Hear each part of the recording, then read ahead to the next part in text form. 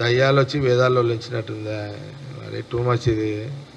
దయ్యాలు వచ్చి దేవుని తిడితే ఏమంటాం చెప్పి? అదా ఇదా చెప్తే కదా, దయ్యాలు వచ్చి దేవుని తిట్టినట్టు ఉన్నాయి కదా. ఇక ఇదే కదా.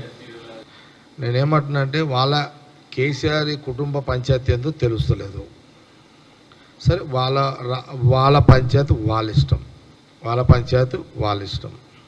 నేను చాలా సందర్భాల్లో చెప్పినాను, వారసత్వం అనేది కొడుకుకే ఉంటుంది, కూతురుకి ఉండదు. కొడుకు లేకపోతే కూతురు వస్తుంది వారసురాలుగా. ఇది కాబట్టి అది అలా వెంటి వ్యవహారం ఒకటి. మరి నేను చూస్తున్నా రోజు మీడియాలో, ఎలక్ట్రానిక్ మీడియాలో బ్రేకింగ్లు చూస్తున్నా. మరి ఓవర్ యాక్షన్ కవిత, ఓవర్ యాక్షన్. మరి అంత ఓవర్ యాక్షన్ అవసరం లేదు.